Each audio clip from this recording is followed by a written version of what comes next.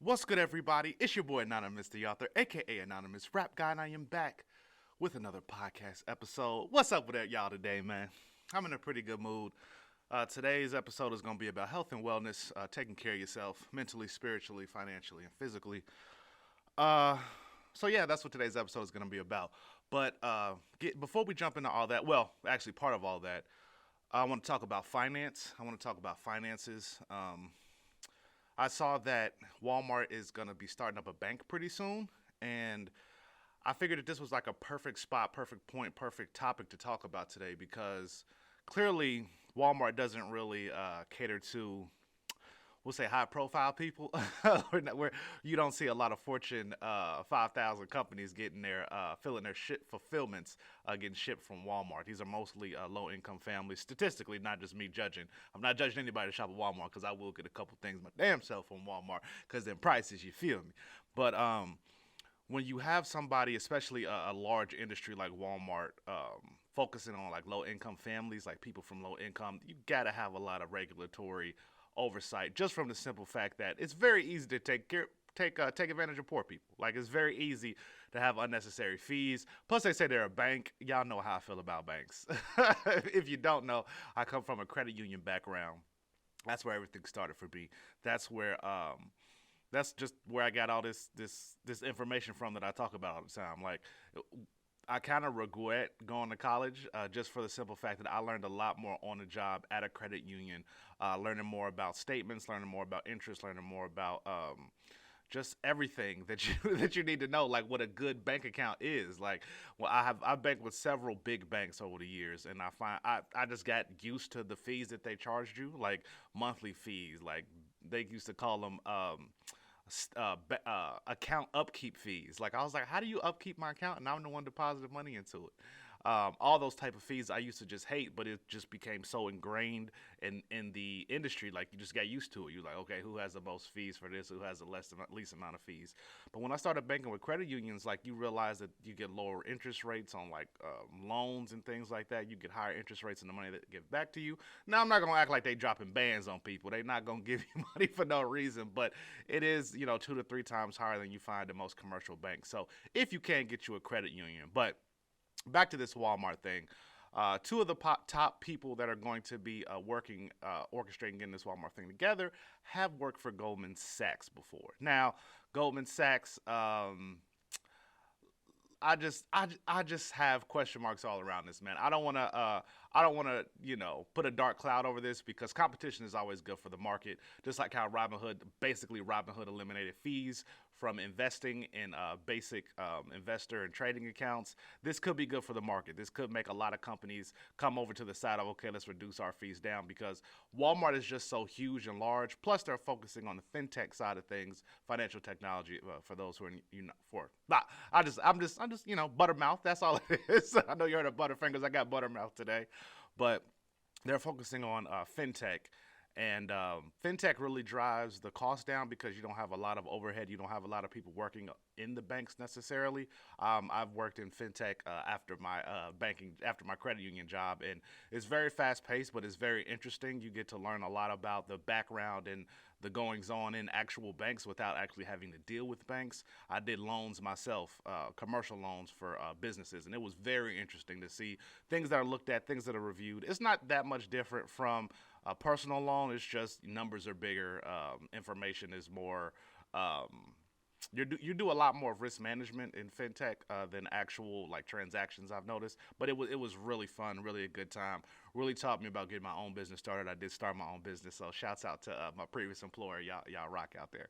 But I keep getting on topic. Y'all know I'm good for that. But back to the Walmart thing. It's just a lot of things about it on paper, just with the information that came out that I'm kind of skeptical about. But I'm always one that thinks competition is king. Competition drive helps the market, so we can't just say that banks are banks and they should operate how they've always been operating. Banks have drastically gone down since the pandemic hit. I read a statistic that it went from over 11,000 separate commercial banks to under 5,000 since the pandemic hit. So it's really been a lot of consolidation, a lot of folding into other places, a lot of getting absorbed, not so much expansion, not so much growth as a lot of people would have you believe. And I'm not one for consolidating it all. Either go out of business and start up a new venture or just completely leave it alone. Consolidating just gets a lot of things mixed up. I just had one of my favorite online business banking accounts get closed because they consolidated with another company and they don't offer some of the same features that I like. So I decided just to keep it closed, and I'll get my banking elsewhere. But that's for another day, man. Fintech is the future. Just with money, with finances, it's just easier. It's easier to do. A lot of people that still do in-person banking just don't understand. I mean, I don't want to say just don't understand, but don't really use a lot of the fintech information at their hands. They're still getting money orders. They still feel like they have to be in person for a loan. They want to have that one-to-one personal relationship. And while that personal relationship is useful, because it can help you a lot, especially when you're coming from the bottom, where you need a helping hand from somebody that knows you, that can really, hey, you're good for it just because I know you. I mean, that can be helpful, but that's also how a lot of loans don't get paid back. Trust me, I know. So I really hope that I really am hoping that this turns out to be the best for everybody. But if you're gonna start a Walmart account, just go in there asking the same questions you would for any bank. Make sure that you say, hey, what are interest rates? What fees are going to be associated with this account? Is my personal information going to be sold? Are you guys going to advertise to me more? Are you guys going to pull money from my account? Do I get any special kind of discounts? Like, these are the questions that I know a lot of people are going to want to know. But with regulatory oversight, a lot of that isn't going to be possible, just from the aspect of you can't cross-breed. You can't cross your streams, in a sense. You know, don't cross your streams from Ghostbusters. Some of you millennials might not get, but don't cross the stream. So you can't filter people into Walmart just because they're banking there. You have to make sure that their money is their money, and that just because somebody comes into your establishment, you can't sell them the moon, hoping to get the stars. You know what I mean? If that makes any sense to anybody out there. So. Just really with that being said, I wish the best for this. Definitely going to be skeptical about it. Definitely going to keep my eyes on it. Definitely going to keep my ears open, because Walmart just isn't known for doing the best practices. I mean, a lot of people already go there to get their finances taken care of. They get checks cashed there. They do have the prepaid debit cards. They do have. I don't think that they have a credit card. I think it's just a prepaid debit card that you send money to, and that they allow you to use to buy stuff online and things like that. So this could be a step in the right direction. Maybe they even start giving back a little bit of the millions and millions and billions of dollars that they've earned so wonderfully. But you already know they don't treat their employees the best. They don't necessarily believe in unionizing. There's a lot of things that they don't believe in. So it'll just be interesting to see where this all goes, man. I wonder what you guys think about this. Will any of you be closing down your brick and mortar bank accounts to move over to Walmart? I know I won't be. I wish everybody the best of luck that chooses to do this, but I'm keeping my black butt in the credit union. And I'm going to watch from a distance and hope it all turns out right and beautiful. And I hope everybody gets the best and most out of this that they possibly can. But Walmart's history and Walmart's track record is that they don't do a lot of things right. They kind of have some stumblings out the gate. Now, while the pandemic was going on, I got to say, Walmart was beautiful. It was a one-stop shop. You didn't have to worry about going to a bunch of different places, getting exposed to different things, having to take your mask on and off. It was like, hey, you go to Walmart once, you in there for 2 hours or so. I'm a little bit of a slow shopper, you know what I mean? They definitely got to know me very well. Ask hella questions. And I came in, I know they saw me on the security cam. I'm like, okay, who's got him today? But I think Walmart does some things right. Finances and fintech is not a large leap for them. They've tried to do banks in the past, but I'm always skeptical of big banks, man. I'm always skeptical of anything when these huge businesses step in and dip a toe in. You know what I mean? I'm always watching them like, okay, what's really going on? What y'all really got going on back there? But we'll see what happens. We'll really see what happens. I remember the Rush card. I don't know if you guys remember that from Russell Simmons when he was actually around. It really had a bunch of fees. Like I said, it was targeted at low-income people. It was targeted very heavily towards African Americans, just because I'll say that for the simple fact of that was the main demographic that it was targeted towards. Most of the commercials that I saw had African Americans in it. They were really not advertised. What I saw in the richer neighborhoods where I went to, it was mostly like I believe I saw it ad in like a Slam magazine. Like, it was really like tried to market towards urban So we'll see what happens. A lot of people already, like I said, a lot of people already do a lot of their finances at Walmart. Hopefully, this will allow them to reduce a lot of the fees. Free, hopefully, a free checking account. Not free, but you can cash your checks for free. They don't take out a huge amount like a lot of the places do. I remember I went to my bank was closed and I really needed some money for this thing, and I just I went there because I had a check, and I was like, "Hey, I'll just cash this really quickly, just to see what's going on, just to see how much I can get off of it." And I think they were gonna take like the check was like I think it was like 200, and they were gonna take like 40 or 50 out of it, and I was like, "What?" Just to get my check cash? Now this wasn't Walmart. This was just a check cash in place.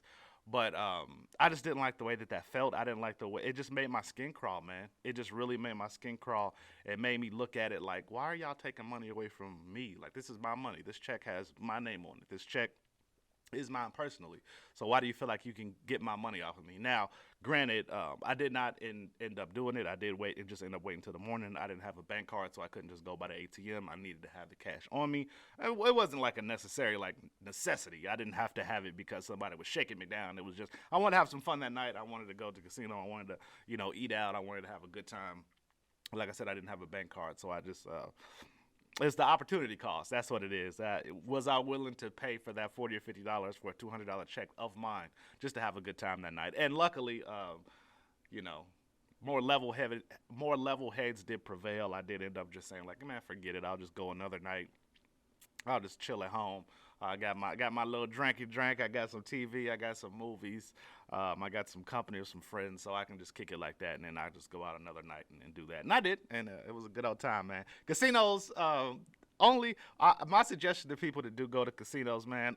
If you do have a problem, please seek help. Don't just try to sweep it under the rug. But for me, I'm not really huge on gambling just because it's gambling. I don't like to lose money. I'm all about keeping my every dollar and cent that I earn.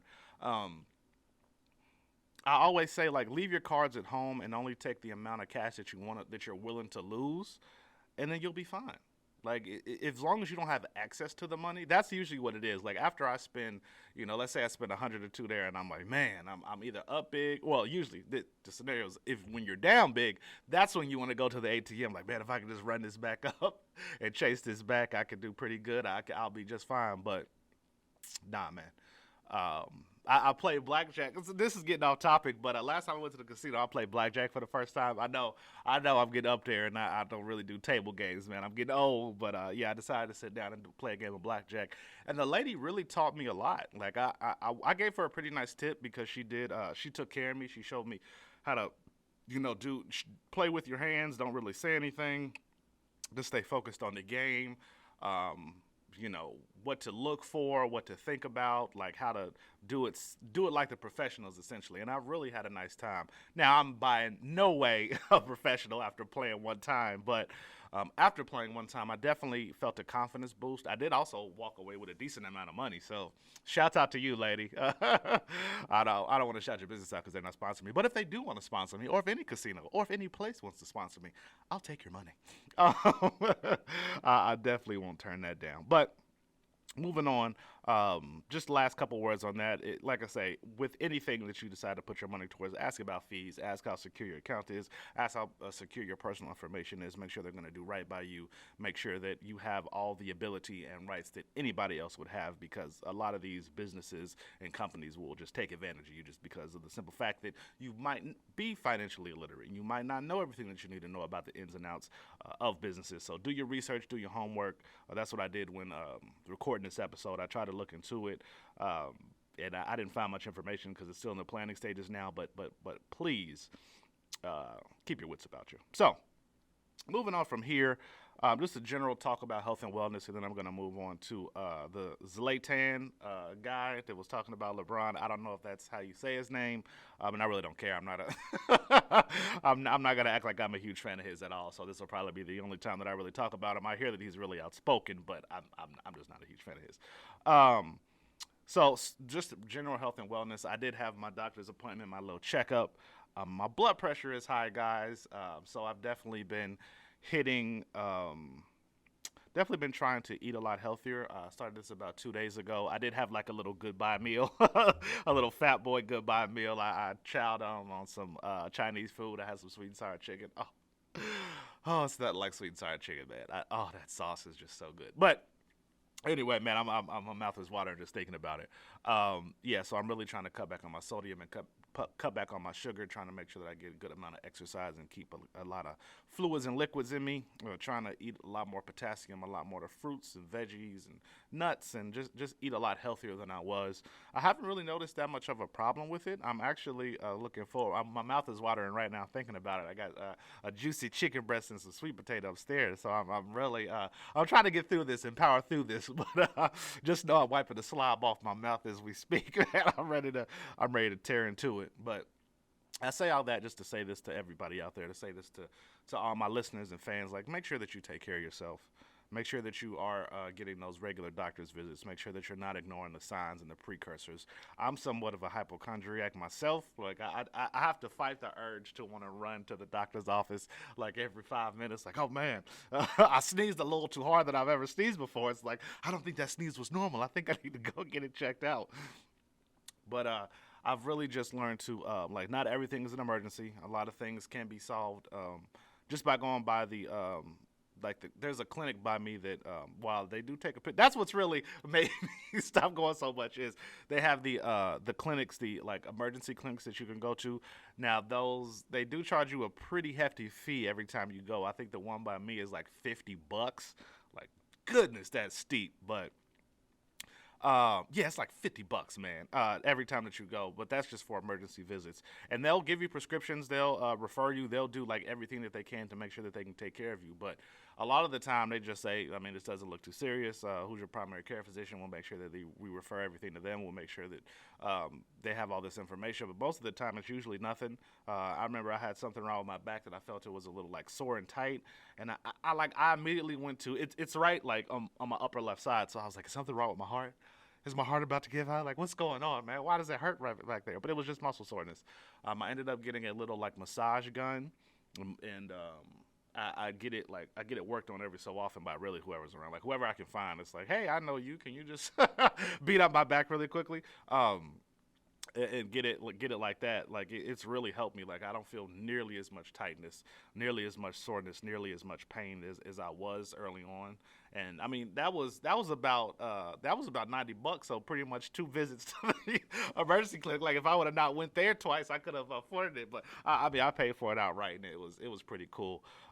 So yeah, I always suggest people that if you can take care of it yourself, if it's just a minor ache and pain, definitely take care of it yourself. If it's chronic, if it's consistent, if it's something that you feel personally like, hey, this isn't right, my body doesn't act like this. I mean, we all grown now. Most of us are grown now, and we know pretty much how our body ticks and talks. Still get your yearly checkup, but you don't have to run back and forth to the doctor every 5 minutes. You know how you feel. You know how you operate. So yeah, ask people, ask around, ask friends, ask people that you know. But if it continues, if it persists, don't do the fly by night. Like, hey man, if you just take you some ginger water and you know, you stretch in the morning, don't worry, you know that blood pressure will come right down. Or that lump on your neck, man, let me just get that with some alcohol and a pen, man. I pop that right. Like, no. I need to make sure this ain't nothing serious. I need to make sure that I'm gonna be okay, that I'm gonna be all right, that everything is gonna be taken care of. So just take care of yourself, man. That's the bottom line. I'm sure it's people out there that care about you, even especially if you're going through depression. Depression and mental health and mental wellness is really been picking up steam and really been growing. And I got to give a shout out to, even though I'm not a fan of his, Charlamagne the God, for talking about it.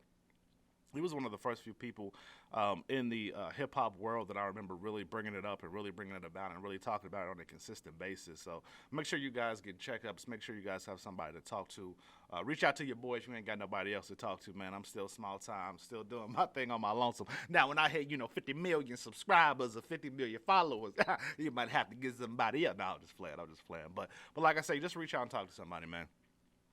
If it ain't nothing but a friend, somebody from high school that you know, somebody from work that you work with, just don't divulge everything to them, but just get somebody to vent to. This is somebody you can trust. Just get somebody that you can be honest with about what you're going through and what your feelings are.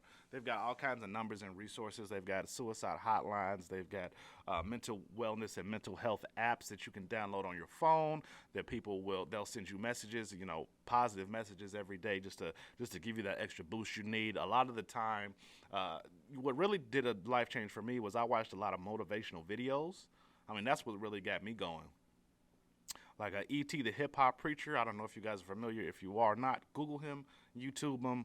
He's a public speaker that really talks about motivation and really talks about getting yourself going and really talks about like just self-starting. And a lot of the time, that's what we need. We need to just kick our own self in the butt. Like, come on, man. I got to get this started. Like, I can't keep pushing this off. I can't keep waiting for next week or next month or next year or trying to make up 1,000,001 excuses. It's like the quicker you get started, the quicker you get to your goal, and the quicker you can push past that goal. That's how you got to look at it, everybody out there. Like, you have the possibility and potential to do whatever you want, but there's no reason to wait. There's no reason to stop yourself. There's no time like the present. I know that's cliche. I know that's corny, but there's really no time like the present. You can find 1,000,001 reasons to not get started, but the quicker that you find a reason to push yourself forward, hey, you can make that goal. You can get to them 1,000 subscribers. I mean, that's what I did. I told y'all, I thought it was going to take me years and years to get 1,000 subscribers. I thought I was never going to get monetized on YouTube. I thought I was never going to hit 1,000 subscribers on Instagram. Still haven't hit 1,000 subscribers on Twitter, so if you're listening to the podcast, please follow me at Anonymous Rap Guy. But like your numbers just slowly go up. You just have to keep posting. You have to stay engaged. Just talk to people. Make sure that you're just giving out positive vibes. I mean, that's what a lot of people want. They just want positive vibes. Now, a lot of this stuff is niche. A lot of this stuff is a lot of the stuff is kind of, you fit into your own echo chamber. Like, people like to hear what they like to hear. It's not a lot of people that search for controversy, even though some people do. Some people just like to argue, but a lot of the time it's people that will follow you as just people that like to hear what you have to say. So just put out positive vibes, man. Put the antlers down. Put the feelers down. Just feel around. You know what I mean? That's a bar right there. I'm writing that down. I'm putting that in my next song, man. Put the feelers down and feel around. So, last topic of the day is this Zlatan dude. He was talking about LeBron James, and I've been seeing this on a couple stations. I mean, this is probably old news by now. He basically just told LeBron to shut up and dribble, essentially. He said that politicians need to politic and athletes need to stay what they're inclined to in the world that they're into. They need to stay and stick to sports. Sports unites and politics divide, so you really just need to focus on bringing people together through your sport. And with that said, I don't disagree. I mean, I disagree with him wholeheartedly. I mean, I don't agree with anything that he said right there. He was also a guy that suffered. Was born in Swedish, but I believe he is Bosnian. So he has said personally that he's experienced some kind of discrimination just because of his ethnic background. And I just don't understand where this commentary is coming from, like the whole shut up and dribble thing. Like, sports to me has always been political. Like, the Jesse Owens and Adolf Hitler thing, like, that was political from the aspect of he was trying to make a superior race. Like, his whole thing, that's a political statement. Like, hey, people in my country, we are trying to genetically make a great race because we want to make the best people in my country. Like, that's a political agenda. Like, that's a political leader giving a political agenda. Like, that's political. Jesse Owens beat him. Shout out to Jesse Owens. You the truth, baby. Hey, we love you. And that was coming from a country in the U.S. where African Americans were not seen as very respectable. We were seen as second-class citizens, and then Jesse Owens does that. And for a moment, African Americans were getting cheered and revered and congratulated. Now, that was very short-lived. The racism came back very quickly. We're not going to act like that everybody who cheered didn't instantly not want him in their establishment. But, politics has always had, sports has always had political figures like Jim Brown, always had a strong, loud voice. Muhammad Ali opposed the war. As far back as I can remember, there have always been people that in sports that have voiced their opinion, that have tried to fight for something right. Like, that's a political agenda. And let's not act like politics isn't complete trash right now. I mean, the left and right have basically taken control of the country. There's no middle ground anymore. We're not going to act like that there's a middle of the map. Like, Joe Biden is seen as a centrist by a lot of,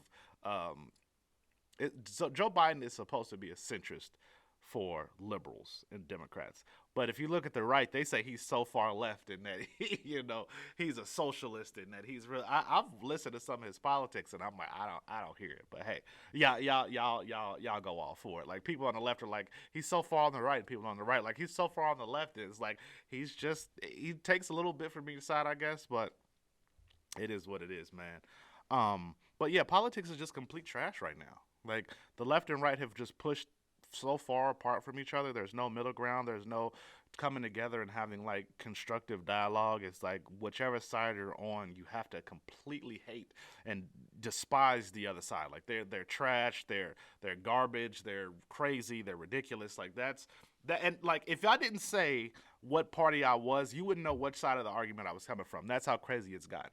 The left is pointing at the right is pointing at the left, and I'm just looking up like, what the hell is going on? Like, the thing with sports is that, hey, we're supposed to be able to come together for a common goal, and that used to be the point with politics is, hey, we want to come together for a common goal, but people just push so hard now to like just refute and dispute everything that's going on from the other side. It's not even possible. Like, if you ever say that you agree with the other side, people look at you like you've got three heads. They're like, what is wrong with you agreeing with the other side? That's just absolutely crazy and absurd. How dare you say that you agree or don't agree with what I'm saying or what I think? It's like, politics is just garbage. Like, you have to decide on what's best for you and your family. I always say, if you're going to protest, peacefully protest. I'm all for peacefully protesting. I don't think it's very wise to destroy the community in which you live. That's just my personal opinion. I don't think it's very smart to destroy the government that you technically are forced to repay or rebuild with your taxes, because you're going to be paying for it. So, yeah, I don't really know where this Zlatan dude came from with this statement. I don't know if this is just coming from where he's from in Sweden, or coming from a political like refugee aspect. I don't know if this is coming from political refugee in an aspect of, you can't say what you want to say in your country, so you go somewhere else to speak an open mind, or if you think you're going to be persecuted for having an opposing political view, that people are going to like physically come for you and hunt you down and try to kill you, then that's a different conversation. That's a different topic for a different day. But just from coming from the aspect of like politics, especially American basketball, like, speak your mind. Now, I don't suggest anybody putting anybody else in harm's way. So if you feel like that is a problem in the country that you live in, like, leave the country or find somewhere that you can actually be outspoken. This is coming from an American standpoint, American viewpoint. So I feel like freedom of speech is a very strong power. And the Second Amendment, hey, get you one if you got one. If you don't know, that's holding a gun. But those are like very two strong things that are embedded here in America. Just protecting yourself and having the right to say what you want, as long as that doesn't incite violence or oppress anybody's rights. Like, say what you want, man. Like, say what you feel is truth. Say what you feel is your truth, and let the chips fall where they may. Let the politics fall where they may. But always speak your piece. Even if I don't agree with you, you should definitely have the right to say what you want to say. Even if I think you're crazy. I mean, like, the court of public opinion will judge you, and then that's kind of what the cancel culture is. It's like, we either agree with you or don't. It has gone a little far, but the court of public opinion has always been a thing. We're not going to act like people have always been allowed to do and say whatever and then just get away with it scot-free. I mean, the First Amendment protects against the right to free speech. You can't be politically oppressed. You can't be thrown in jail for what you want to say, but you can absolutely get your ass whooped to get fired. Like, that's always been a thing. So I don't know what this guy's talking about. I don't necessarily agree with LeBron James all the time. I mean, he's flip-flopped on a lot of things, but I do appreciate the fact that he is willing to speak up for people I do appreciate the fact that he did open that school up there in Akron, Cleveland area that is like already has about 300 students, and I believe they're projected to have about 2,000 by 2025. So that's really dope. He's also contributing to scholarships. He helped build the school. He contributed as much money as he could to the school without it becoming a private institution, because he said his goal was to make sure that the kids in public school, make sure that the bottom portion of the class did not get left behind, that everybody has a fair chance at a future, that everybody gets the public element, the feeling of being part of a community that they should feel without having to pay out the butt for it. So I think I'm going to end it right there, man. I appreciate you guys for stopping by. Please be kind. Please be dope. But more importantly than anything else, y'all know the rest. Be yourself. I'll catch y'all later. Peace.